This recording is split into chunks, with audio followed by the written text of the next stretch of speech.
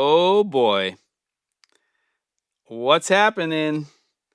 Let's do the normal check here on Wednesday, April 24th.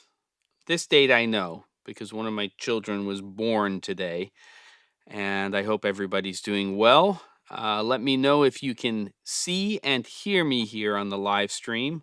I see here we have Thaddeus. Hello, Bill.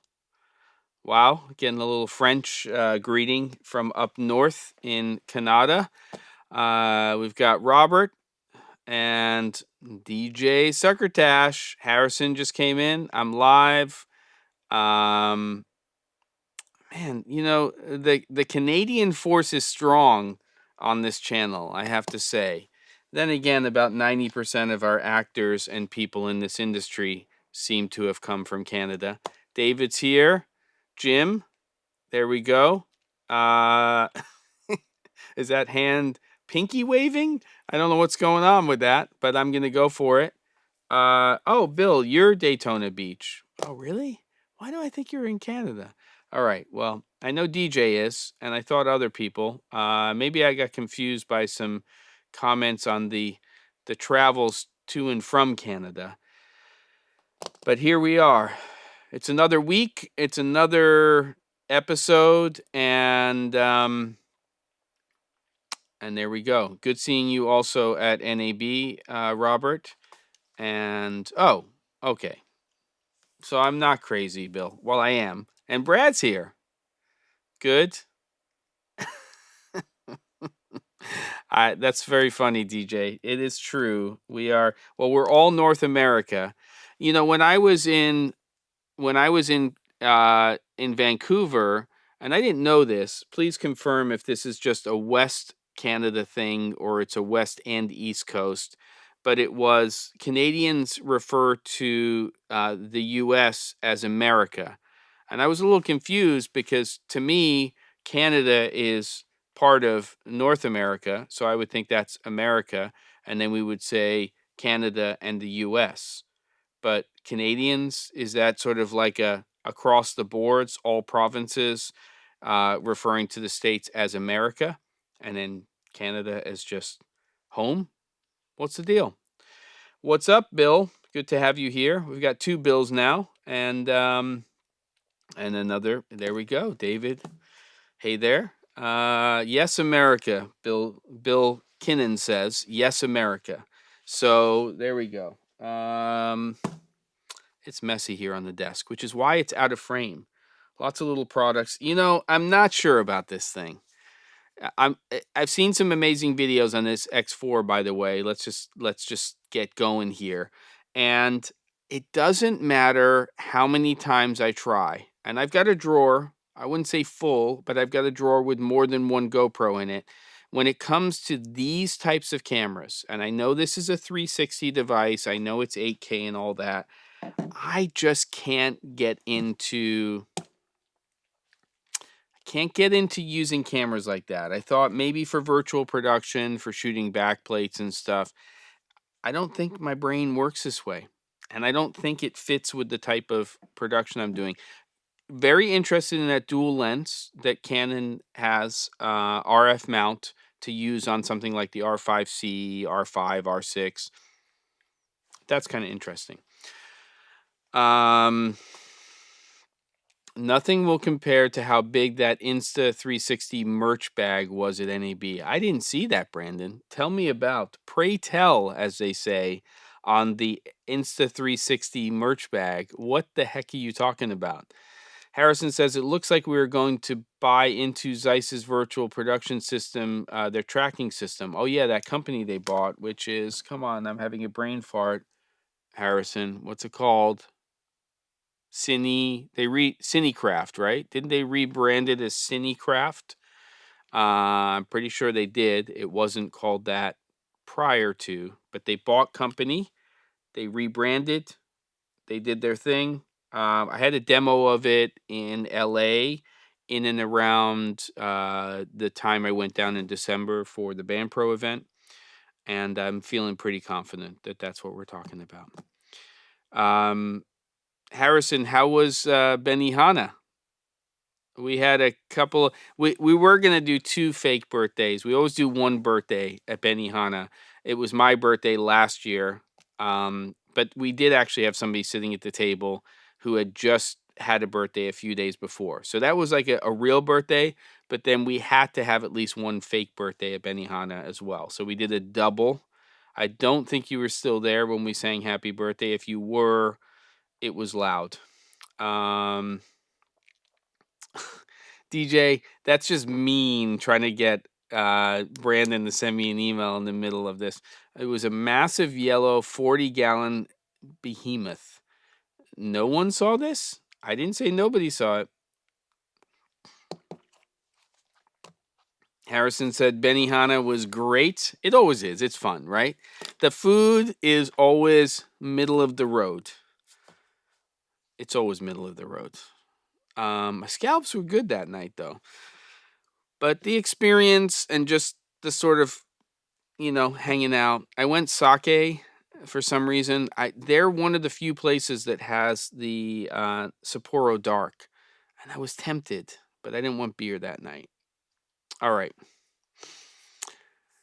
Let's see. What do we got? All right. You know the drill if you've been here at the channel. It's an at the C47 to get a topic going. The whole point of these live streams is to talk about stuff related to the productions you're working on that you have coming up. I'm in the midst of trying to crew a big production in Florida that's happening kind of second into third week of May. We have sort of all the above the line roles filled, and now we're trying to crew camera ops. But this is a weird one. Let's talk about this for a second. I'm going to give you a little bit of insight into this production because I'm not going to say it's a Frankenstein, but it's an unusual combination of requests for the type of thing that it is. I feel I can go weirdly longer on sake than almost anything else. You're talking about, I'm tracking with you. I think tequila and vodka maybe do that for me. Like I can just I go and that's it. I'm in. Whiskey's kind of like mellow, but I hear you on that. All right. Here we go. So until I see an at the C47 and we get something else going here, and we're going to talk about the time for the live stream as well, though I don't think it's going to change based on my schedule and everything. Here we go. Ready for this? So this event in Florida is an annual conference. You've maybe worked on these types of projects. Maybe you haven't. I've done quite a lot of them. Very funny, Brandon. Oh, you were asking the question and then you're adding the at the C47. So give me a second. So this event is 4 days. It's happening on the east coast of Florida, and it's the big annual conference for a company. But the production requests and what we're trying to do are so unconventional for this type of thing. And if you've ever worked on these types of conferences, you generally basically have usually at least one room, sometimes multiple rooms running, in this case multiple rooms. And there's a run of show where basically, the standard is you load in, you set up, you do a tech rehearsal, then you usually have, if you're lucky, a whole day of dress rehearsals with the people who are going to be doing the presentations. And then, each of those rooms has a director. You've got a technical director. You're switching to cameras. You're on comms. You've got camera operators. Usually we're up on like spider pod risers, and you've got, for the most part, not always, you've got smaller chip cameras, 2/3 inch to 1 inch, sometimes micro 4/3. It's rare that you're doing super 35 or full frame. Okay. And then, you're live switching, and you are cutting between your different cameras. That could be 2 cameras, 3 cameras, 4 cameras, and then your IMAG. That's IMAG, so that's going to the big screens that are in the space. And then there's usually isolated recordings that are happening. There's all kinds of things happening. Um, and you need people who are experienced doing that. And usually those smaller chip cameras are great because you don't have to have lenses that are as long to get reach to the stage, especially in those big ballrooms and stuff like that, in those convention centers. Here's the ask. The main room, 3, count them, 3 Venice 2 cameras. That's not the strange thing. The Venice 2s are all going to have Fujinon 25 to 1000 box lenses. The ones that you see in stadiums and for live events, those are the big ones. You know, they're bigger than the desk that I'm standing at right now. So that's the main room. And then for the other rooms for the conference, each room is going to have at least 2 Sony FR7s. Those are PTZ, pan tilt zoom cameras. Yes, sports lenses, DJ. And those are the full frame Sony PTZ cameras. So also unusual in terms of this type of event. So it's not that those cameras are not cameras that people have experience with. It's this combination of sort of broadcasty live event and cinema with the asks for the equipment that will make crewing a little bit of a challenge, especially for the camera operators. You need people who have done, especially in the big room with the Venice 2s with the box lenses, those sports lenses. They need certain types of operators. You want people who shoot golf, baseball, stuff like that. And then PTZ in the other rooms. So I'm crewing that with yeah, we got a couple of people on it, but that's right now. That's the May production that I'm working on, and I'm EPing it. So ultimately, you know how it goes. But I'm not the production company on this one, so I'm day playing, but with somebody I've worked with for many, many years. Okay, here we go. Red in the face and fall over. Brandon, I'm going to reverse read your question at the C47. Then I'm going to jump to the first question, and then I'll put in the middle part. Brandon says, this weekend we're taking some Porsches through the canyons in LA, and we're trying to rig cameras to cars. New territory for me. That Insta360 was brought up a few times. Well, for sure. I mean, lightweight, easy to rig. If you're going to take cinema cameras and do that, rig wheels could be a good option for that. They make some relatively low cost stuff. I mean, there are so many more options for car mounting. I have a car mounting kit from Digital Juice. Remember that company? They unfortunately have folded now. And what are you going to do? So, it might be a good idea to baby steps with smaller, cameras like the Insta360, and that's great because you can put that up on the roof of the vehicle and then you're getting that 360-degree view. I don't know if they make NDs for the X4 yet. You might need to look into that. The downside to that and GoPros and the DJI, cameras, those action cameras generally will now allow you to override and set up manually. But if you wanted to shoot, let's say, at 24 frames per second at a 50th in terms of shutter speed, you're going to have problems outside in terms of exposure. And that's where NDs are going to come in. So you're kind of forced, if you don't have NDs, to do exactly what we're doing with drones and action cameras and everything else, which is to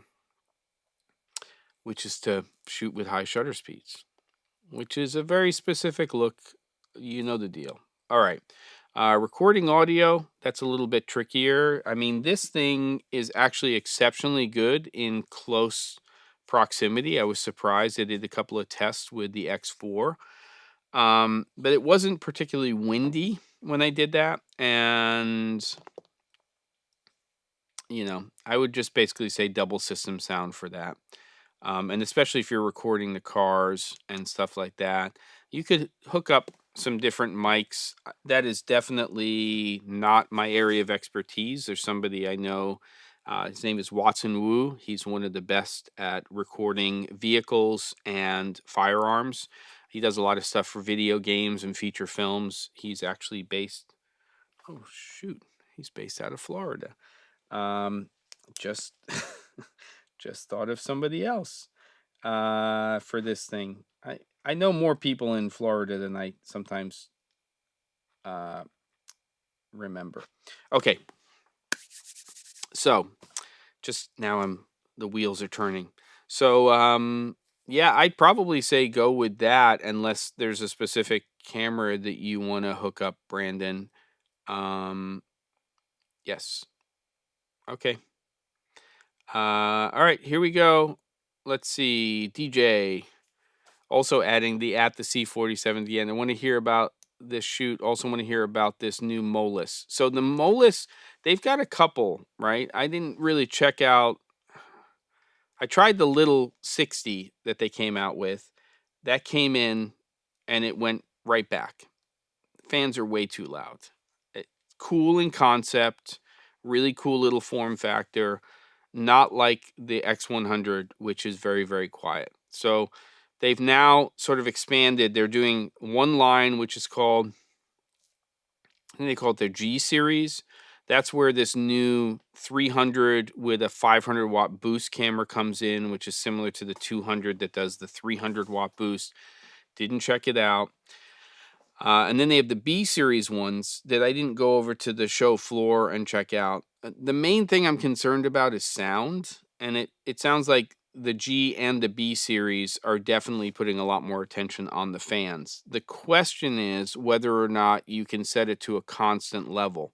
The problem I had with the new, I guess it's called the X60, it's that one that came out right before NAB, is when I brought it in, um, as I started to increase the intensity and I started to go through some of the RGB modes and started to do color, the fans just kept getting louder and louder. And there was no setting in the menus to set that to a constant. A constant is great because then you can take a noise print, get some room tone, and you can dial stuff out. It's doable.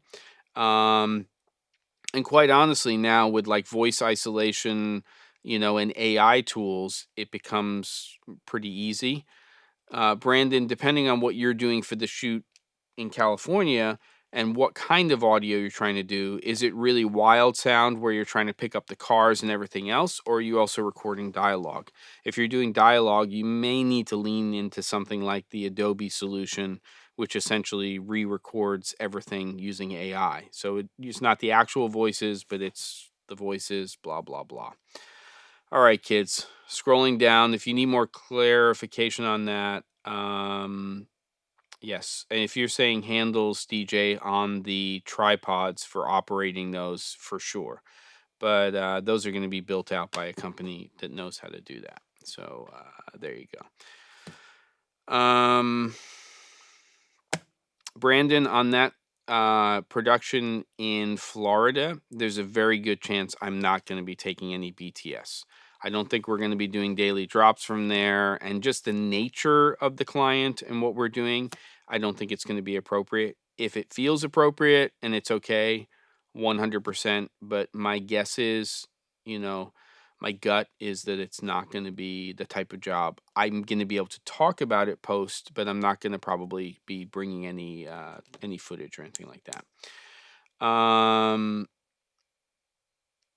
David, I did one of those gigs with the Mythbusters as the special guest. Fun. Ooh, I'd like to hear more about that. That sounds great. Brandon says cameras will be small for in-car and some exterior mounted. 3 cameras per car. I was thinking about taping window tint around the camera. You can just buy... I probably wouldn't do that. I would probably... If there aren't ND filters made specifically that you can source through Amazon by the time your shoot happens. It's Wednesday. It's possible, depending on the cameras you're using. What I would do is I would actually order ND in different strengths from companies like Lee and Roscoe make ND gel. It's just the same kind of stuff that you would get for theatrical gels or diffusion. And I would probably cut that. I think if you use window tint, you are probably going to encounter some, uh, issues having to do with how accurately your color is captured. So I probably wouldn't go down that route, honestly. Shoji Productions is here. Question: do you think an Amaran X, a 100XS, can provide enough light for an indoor interview shoot? I'd say it's kind of on the edge. You can definitely get away with a 100 watt chip on board light. The issue for me is how are you modifying that light? As soon as you take that light and you push it through magic cloth, or you want to bounce the light, or you want to bounce and diffuse it in a booklight configuration,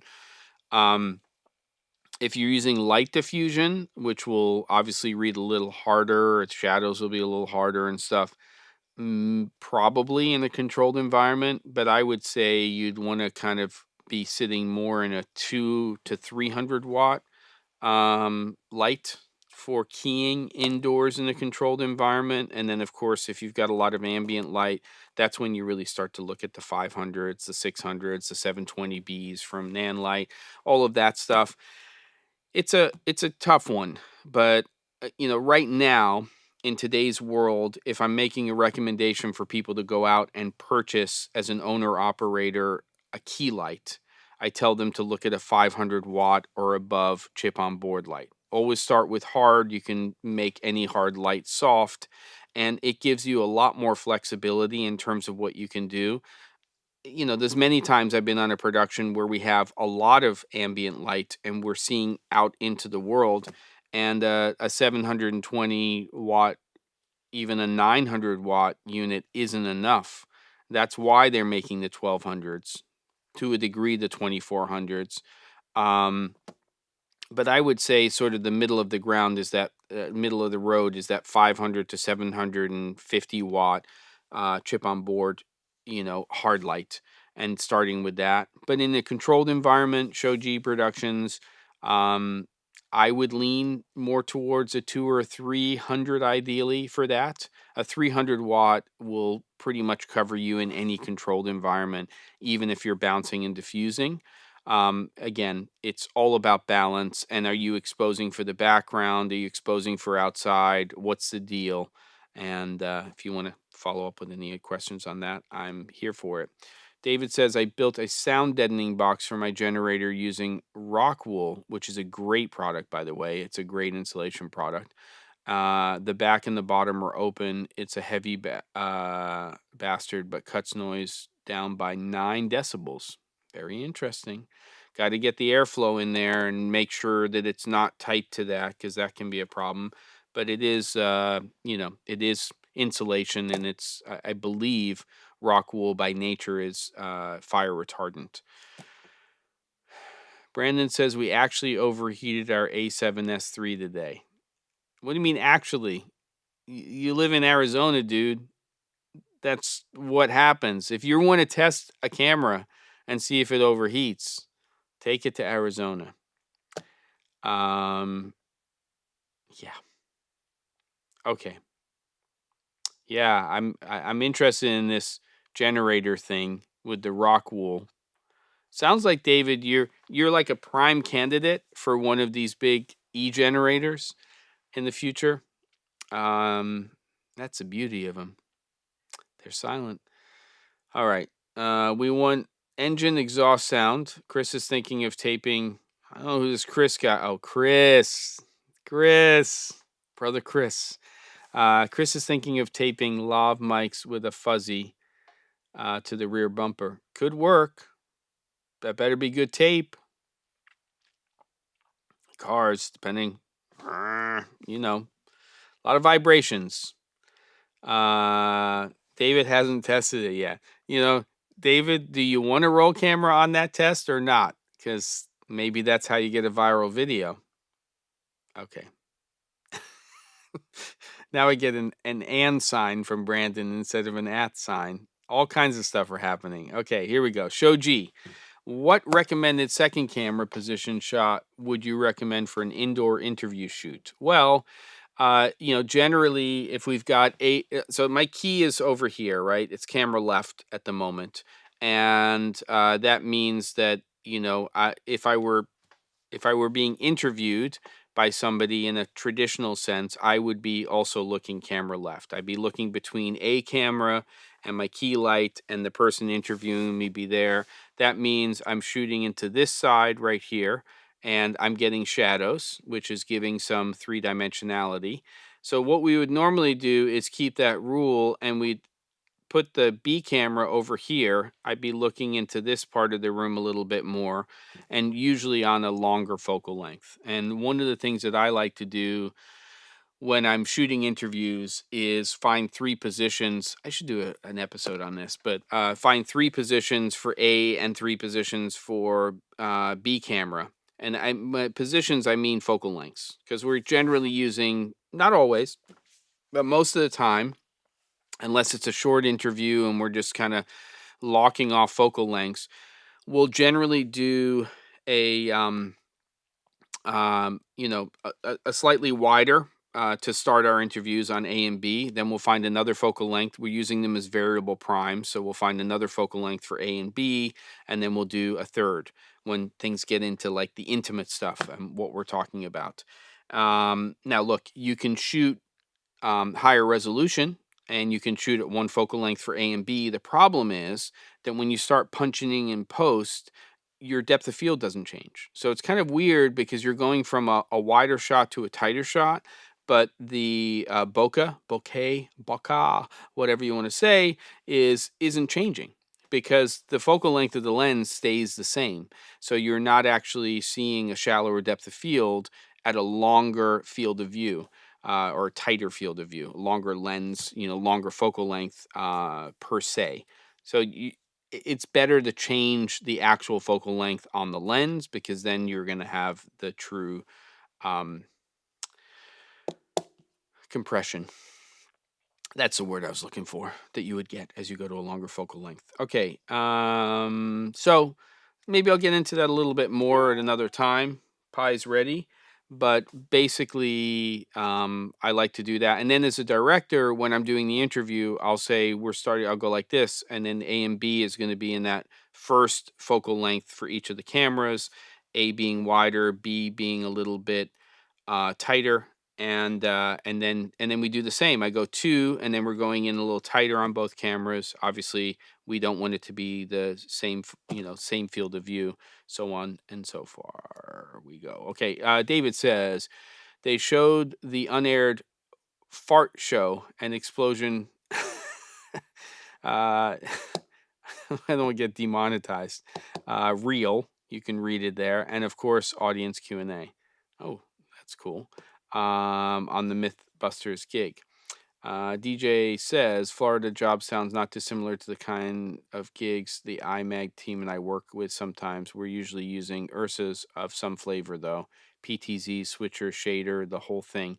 Yeah, it's interesting. It's not if you really think about it, DJ, it's your world, but a lot of people from the cinema world don't know what a shader is. But essentially, somebody's coming in and matching all of the cameras, and not all of the cinema cameras can be shaded in a traditional way.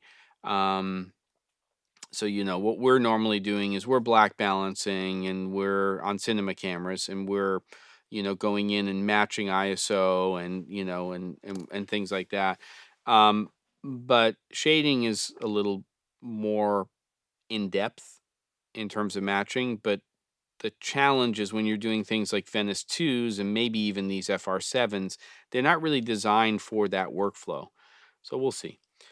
There's a 3-inch air gap around the Jenny. That's it? To the rock wall? I'm going to be interested in that one, David.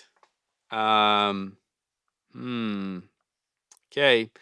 I'm assuming that along with that DIY build that you did to lower the noise that you have fire extinguishers on hand. um, just in case, even though they are it's fire retardant. Oh God, Brandon, I can't even repeat. You're out of it. You're done. Now it's becoming, oh, Harrison, come on. All right, Shoji Productions, another one. Here we go. Can you talk a bit about using a China ball diffuser versus umbrella versus a dome diffuser? Thanks. Well, an umbrella is interesting because you can buy very large umbrellas. They're very inexpensive. They're a little clunky to travel with. But when you open up an umbrella, let's just talk about one that you're pushing light through. You could bounce light off of it. It tends to, doesn't tend to, it just pushes light everywhere. So even though you may concentrate your light within a certain area, let's say, 90 centimeters or 120 centimeters, 48 inches, 60 inches, whatever it's going to be, and you're pushing the light through it, the ambience is everywhere. And a dome diffuser generally is flagging light because it's in a soft box. So you're just really getting concentrated and directional light from the front of that modifier. China ball it's a 360-degree thing. So you're throwing light everywhere. Now, one of the little tricks sometimes is to put a China ball over a table. And what's nice about that is it's lighting everybody relatively flatly. But if you're doing multicam, China ball can be great. Sometimes we're using China balls. Sometimes we're using what are called lanterns. Similar concept, especially if what are called skirts are lifted up. The skirts basically flag the light in different directions. So oftentimes what we'll do is we'll have a not really a China ball because that's really throwing light everywhere, which is very nice and natural. And some cinematographers actually like to light entire rooms with China balls. It's great for visual effects kind of stuff if you want that kind of lighting. But a lantern is a little bit more precise. And with the skirts, what you can do is you can have light coming out of the bottom and from different sizes. This is very annoying with this. Hopefully you can still hear me, right? I just muted the noises notifications. But you can skirt the light. So you can have it just coming down onto a table. You can skirt it on two sides so it's flagging the light from hitting the walls. One side is very popular. So if I'm shooting in a certain direction, like here, I might have that lantern and I might skirt it so that it's not throwing additional light onto the background, but it's throwing light everywhere else. So lanterns are great for that and can be a little bit more precise. Hopefully that answers the question. No need to fear. Oh, you're it, that wasn't your nickname, Chris, as you know. If you're up for the fun of it, then great. If you're not, then I respect that, and I'm game either way. So you just let me know. Compression would be a great topic for a daily drop. Oh, that's a big subject. Man, that's a big subject. Maybe one I can talk about semi-intelligently about, but it's a big subject. When I say pie is ready, I keep wondering if it's the we used to call overscan. Yeah, no, I'm saying the pie is ready because I got an email notification as a ding because of the noise assist. You may not have even heard it. And by the way, if you have an iPhone with the latest, a newer iPhone, I guess, or at least the newest iOS, a client showed me going up into the control center. You go to mic and you do voice isolation. It's not for you. It's not noise canceling. It's amazing for other people. I can now be working around, the studio. My wife was at a basketball game the other day. There were 5 games going at the same time, and I basically couldn't hear the game in the background once she turned that on. All right. Yes, you can definitely skirt. You can definitely skirt China balls with black wrap as well. and you can just use a little gaff tape or something to do that. All right. Let's see. And hey, Ron, good to have you here. And Ron, I hope you saw the episode where I addressed your question regarding AI, and that was a couple of days ago, and it was good. Good post, and thanks for putting that there. Yep, Harrison's echoing what I was saying about China balls and umbrellas. Do you have any YouTube examples of a one-person interview shot using at least two angles? There's stuff on my channel that you can look at. There may be some things on the Daily Drop, but you would have to just go through other work that I've done and take a look at it and go through that. There's some projects I've done that are corporate that's very interview based. And if you watch through some of that stuff, you'll see two different angles. No problem, Ron, on that. All right, cool. Let's get some more at the C-47s. This one's flying by pretty fast. And when I'm done with this, I'm going to be looking for crew, and then after that, I'm buying time here before another question comes up, and then after that, I'm getting on a Zoom with the CEO of that company, Beeble.ai, to find out what the real deal is with this switchlight thing, which Ron, I know you had commented on. I don't know. That app is pretty interesting. I don't necessarily see that app as the thing that is going to replace anything in terms of relighting is tough.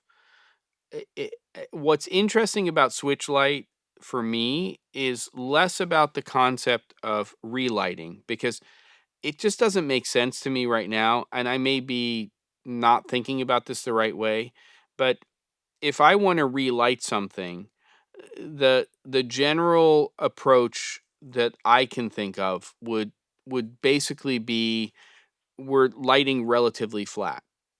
The problem is then you have light everywhere. So when you're relighting, what are your ratios? You're making areas brighter than something that's already pretty flat in terms of exposure, unless I guess you slightly underexpose with your flat lighting, and that's sort of how you're trying to get to your ratios.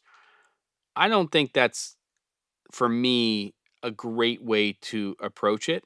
So I'm not sure if that's the part of it that's interesting and also would become part of the workflow. What's interesting to me about Switchlight more than anything else is it's not necessarily about relighting. It's the concept of image-based lighting based on your plates or environment that you put the person into. And if you look at their examples and what they're doing, it's more of that that's interesting to me, where you're still getting ratios where you want them to be for your lighting in production. But then when that person is put into a certain environment, the environment is essentially image-based lighting. So it's not the same concept as virtual production, where you're setting up image-based lighting, you're feeding video imagery to a KinoFlow Mimic or Quasar's tubes, and you're basically matching what will either be your backplate for a green screen shoot, or if you're on a volume with rear projection, that kind of stuff. And I don't know, and DJ, you'll have to tell me if what's in Resolve can actually put a person in an environment. Basically, it's also the keying part of it, or the roto part of it, that's really impressive, where you can have a very, very busy background and you can extract that person with all of that depth data and everything else that they're doing with Switchlight, and then you put them into another environment. Obviously they have lighting of some sort or another, and then as you are seeing that person move around, they are being affected by the lighting in that environment. So essentially post-based, image-based lighting. But I'd like to hear a little bit more about the Resolve one. All right. Have you decided on any definite equipment purchases post NAB? I know we're still overdue, DJ, for catch up. NAB influenced. I just did my first. Well, I would like to know what your first piece of equipment was.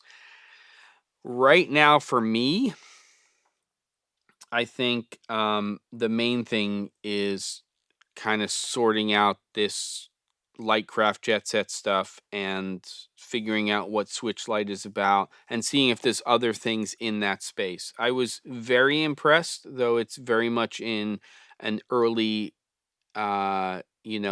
beta right now, and I don't have access to it yet with Strata. I think that tool is going to be very, very interesting for production to post workflows. That's not really something, at least the way I'm seeing Strata as being built, that is designed to replace a lot of different people. I think we were already moving in the direction of subtitling and translations and other things happening with other solutions. This is just much better in terms of the way it's thought out, and for multicam and for dailies and for isolating and finding metadata and all of that kind of stuff. All right, here we go. Thaddeus says, I didn't try moving the interview subject to a new set, but I have tinkered with adding lights to an existing scene with Resolve. I've done similar with things like After Effects, motion, whatever. It seems you really need a light touch in my experience. I agree. Again, my approach would normally be light to the style of lighting that you're trying to go for the particular project. It's also so important to be thinking about what, if you're not doing rear projection, which you can kind of match your lighting to in real time, um, in terms of where it's motivated from and stuff like that. It's really knowing what your backplate is going to be, and that should inform you in terms of how you're going to approach lighting your subject matter. Oh yeah, it's not so much about the keying, but they do have a very good depth map set up, which can either be used with virtual lighting elements or acting as a mat for focus grading. Makes sense. Um, and I don't. What's your first purchase, by the way, DJ? Brad says I had ordered a Sidus One transmitter before NAB even started. Gotcha. Show G says to Harrison, I try to understand creatively when to use a China ball diffuser. They seem to be popular. Don't worry about popular. There. Think about a globe that's throwing light everywhere. That's what a China ball is.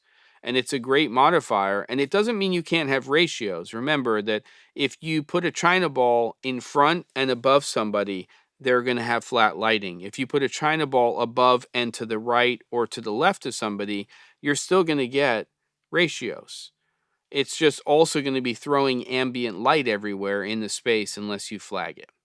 So, you know, each job, each tool, you can use one of dozens. It has a lot to do with the style of lighting that you're looking for. And just know that the China ball, most people aren't building China balls that have the surface area of a large, 60-inch or 150 centimeter, 120 centimeter softbox, or light dome as you're referring it to it. But I call it a softbox. The light dome is really Aperture's name for their soft boxes that they're creating. So it just really depends. I have not used the DJI LiDAR focus yet. I'm very interested in it because it really is the thing. And there's another company making a pretty inexpensive version of that I've heard is quite good. Um, this is where we start to transition to being able to use, prime cine lenses and use them like we would autofocus. It also, if it works consistently well and it's not too much gack and the workflow is pretty straightforward, it starts to open up sort of a whole bunch of other cameras for people to consider when they need autofocus capabilities. And LiDAR is going to be, the way to do that right now, as far as we understand. So if you're using a Panasonic camera, full frame mirrorless camera, if you're using a Fuji camera that has AF but still has micro jitters and things like that, um, these LiDAR based systems, and the one from DJI being just under $1,000 US, could open up a whole other world for people to be able to use the cameras that they really want to use. I mean, we now see what the Blackmagic cameras are going to be that are coming out to end of year. I mean, they've already told us what the next camera is with the 17K sensor, essentially the 12K camera. They built the body to take that sensor, the 17K, and so be it. You guys get the idea. All right. Um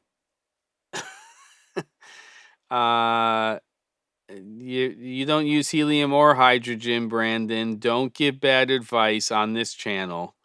You're killing me here. Um you're killing me. You're killing me.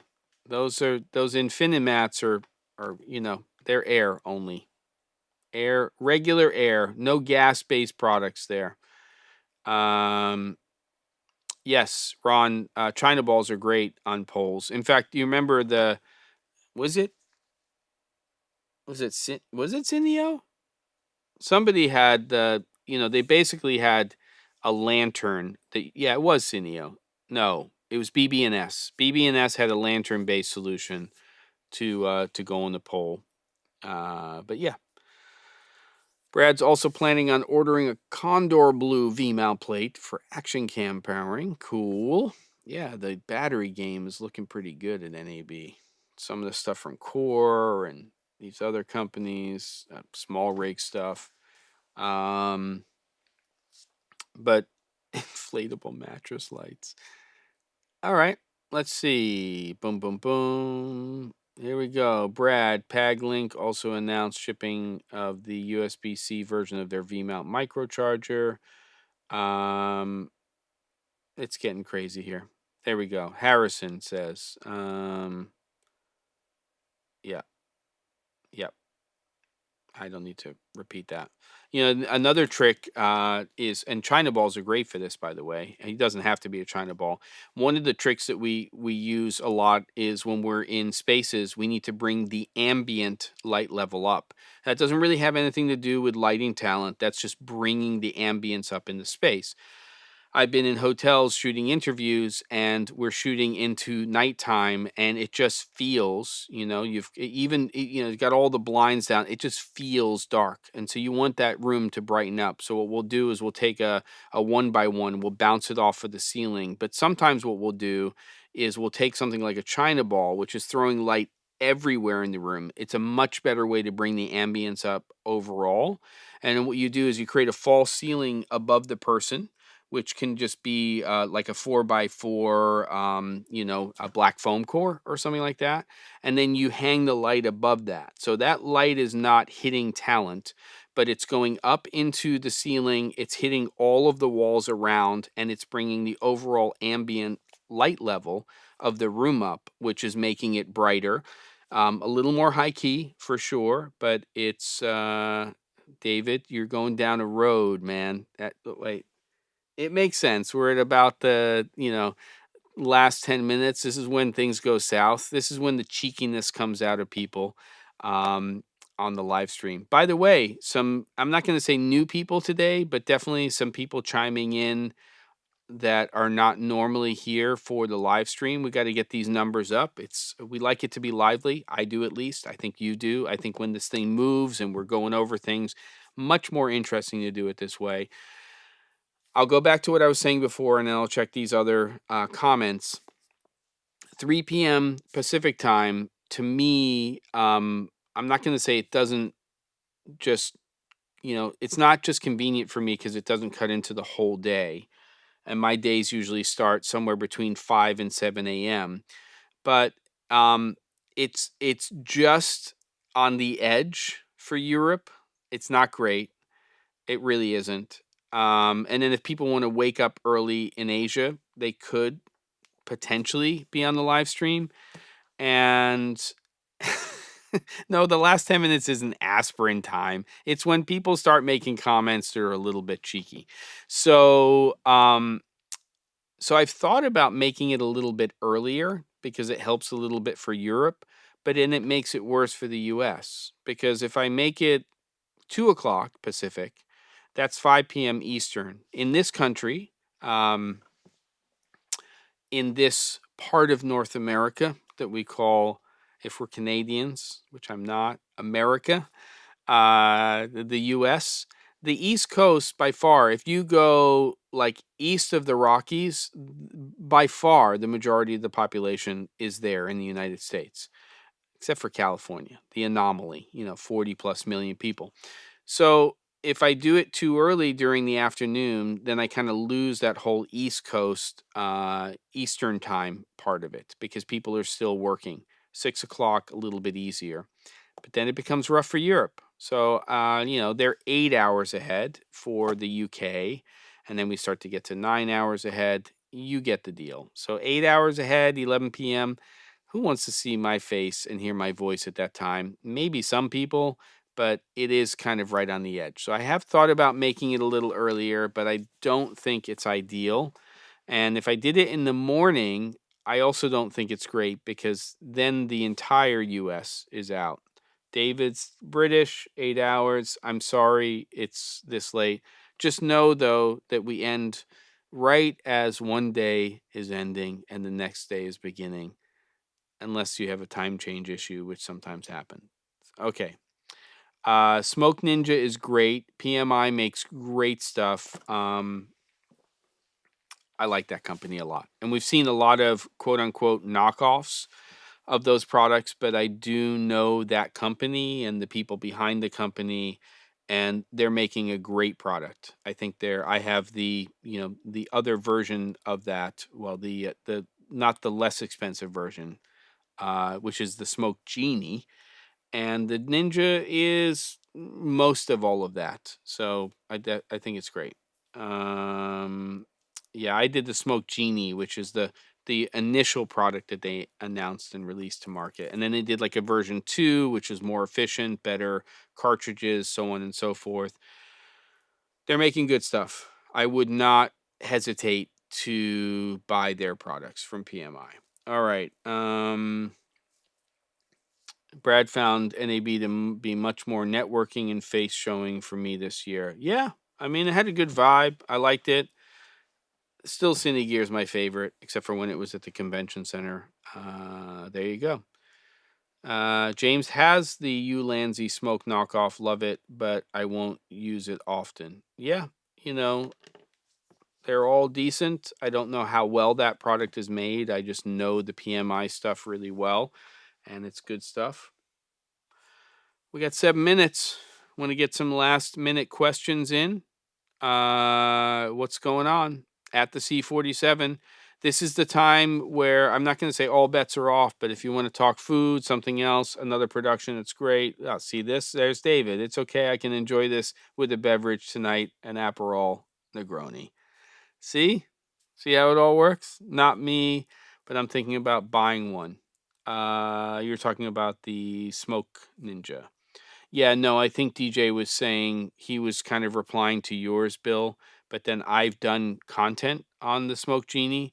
It's on the channel, so just look up, you know, portable smoke machine fogger or whatever, hazer. I've got a couple of things on the channel related to that product. My nomination, meaning Harrison's, for the most quote unquote unusual announcement was Atomos Light Rope. Yeah, that I would probably, I'm right there with you on that one. I haven't quite gathered my thoughts on that product completely. You know, it's a light rope, and I understand it's a 5 LED, meaning a different emitter color LED. I think it's 5. But it is $1,000 US, at least that's what it was announced at. And, like that product, I'm going to say that product at $299 would be pretty interesting. At $199, even more. 16 foot, I believe it is, in length. So it's about 5 meters, I think, ish. You can control it from the Ninja, the lights. They showed that at the Ben. Good to have you. You have to explain to me the Ben Mc and then a space and then a lowercase n on nights. I need information on this. Like if it said Ben McKnight's and there was no space and it was a capital N, I wouldn't have even made a comment. But I need information. I mean, if you're willing to share. I asked the guy who told me, does it record? Are you making a joke about the rope light? Are you saying the rope light records in ProRes? I need this information. Yeah, it's a bit of a head scratcher. When I heard about the product, I was more than intrigued. I hadn't seen anything, gotten any information.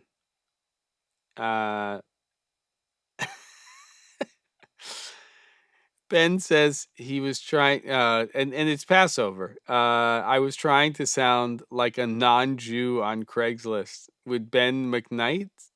I don't know. Oh, so funny. Okay. Yeah, where's our 4K Ninja Star? There is a Ninja Star. It's on the shelf behind me, but it's not a 4K Ninja Star. Brad says, laughing out loud, just remembered how I discovered that I absolutely despise the Nomadic Luna Sling strap pad. It kept sliding off my shoulder at NAB. So frustrating. I don't even know what that is, but there you go. What's my favorite under $400 COB light brand? I mean, I love the Molis X100 light. I think it's fantastic. It's only a 100 watt light though.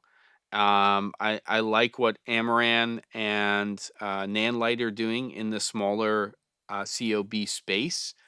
How much is the 200 XS? I think it's under $400, and I don't know how much the new 300 bicolor is from Nanlite. Somebody else would have to chime in.